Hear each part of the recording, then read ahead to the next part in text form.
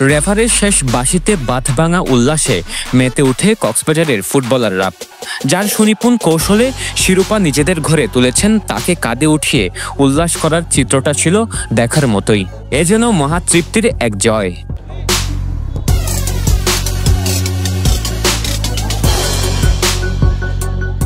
খেলার প্রথমার্ধে চট্টগ্রাম আক্রমণমুখী থাকলেও কিছু সময় গড়ানোর পর মারুফের পায়ের জাদুতে প্রথম গোলের দেখা পায় কক্সবাজার। প্রথম গোলের শক্তিতে দুর্বার কক্সবাজারের সামনে অসহায় হয়ে পড়ে চট্টগ্রাম টিম।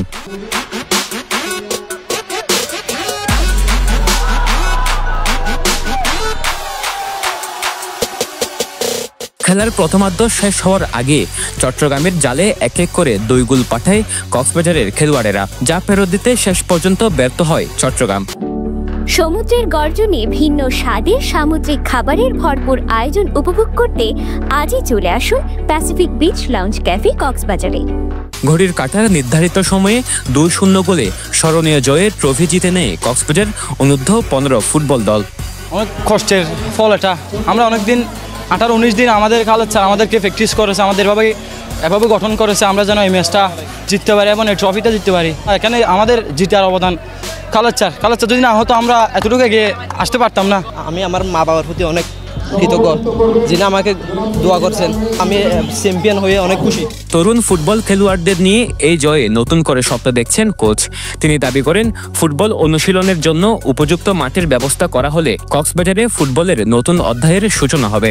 ইউসিবি বাফুফে অনূর্ধ্ব 15 ফুটবল লিগ 2025-এ ফাইনাল খেলায় চ্যাম্পিয়ন হয়ে আমি খুব হ্যাপি এবং এমন খুশি লাগতেছে যেটা কক্সবাজারের গৌরব।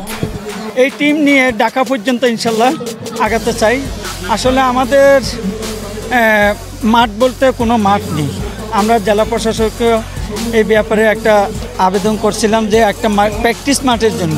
ছেলেরা ঠিক মতন প্র্যাকটিস করতে পারে না। তো যদি কক্সবাজার আরেকটা যদি মাঠ হয় ইনশাল্লাহ আমরা আরও প্লেয়ারদেরকে উৎসাহিত করতে পারবো এবং প্লেয়ার ওটাই নিয়ে আসতে পারবো। বাফুফের আয়োজিত অনূর্ধ্ব 15 ফুটবল টুর্নামেন্ট চট্টগ্রাম 2 জুনের ফাইনাল খেলা অনুষ্ঠিত হয় শনিবার। এই টুর্নামেন্টে অংশ নেয় বান্দরবন, খাগড়াছড়ি, রাঙামাটি, চট্টগ্রাম, কক্সবাজার সহ মোট 5টি দল। News desk, পেনুয়া।